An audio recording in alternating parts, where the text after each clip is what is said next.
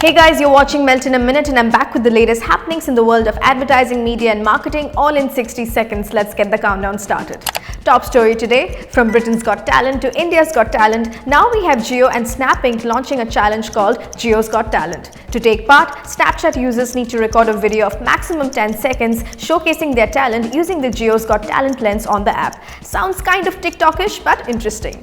Okay, moving on, the Bombay High Court has restrained Balaji Wafers from manufacturing, selling and advertising their brand of chips called Rumbles, as reported by the Economic Times. This comes after PepsiCo India had filed a design infringement suit in December last year, alleging that Rumbles had a design similar to that of its Lay's Maxx chips.